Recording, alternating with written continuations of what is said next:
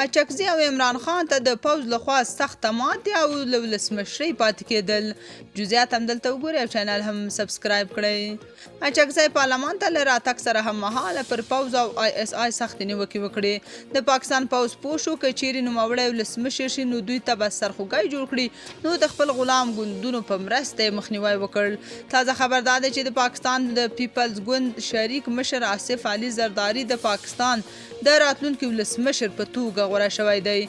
له ده سره ملتپال پښتون سیاستوال محمود خان اچکزی سیالۍ ته ولاړ و چې د تحریک انصاف سني اتحاد ملاتړ یې له ځانه سره درلود. آصف علي زرداري د پاکستان له ملي اسمبلې د باور 255 رایې اخیستې. محمود خان اچکزي بیا له دې خونې په 119 رایې اخیستلو بریالی شوی. د محمود خان اچکزي په ګټه تر ټولو ډېرې رایې د خیبر پښتونخوا په صوبایي اسمبلې کې لوېدلې وې. هغه له بلوچستان اسمبلې څخه هیڅ رایه نه ده اخیستې. دلته د دغه سیال آصف علي زرداري پلویانو اکثریت دي او د ښاغلي زرداري په ملاتړ ټولې 40 رایې کارول شوي دي.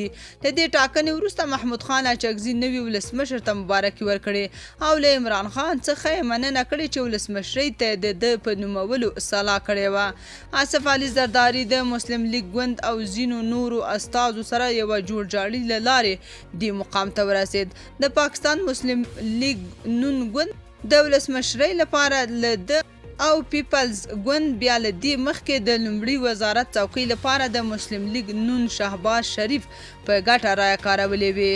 پاکستان کې لومړی وزیر شهباز شریف هم تېره اونۍ د دویم ځل لپاره د دغه هیواد لومړی وزیر وټاکل شو. تاسو په دې اړه څه نظر لرئ؟ کمنټ کې شریک او چینل هم سبسکرایب کړئ.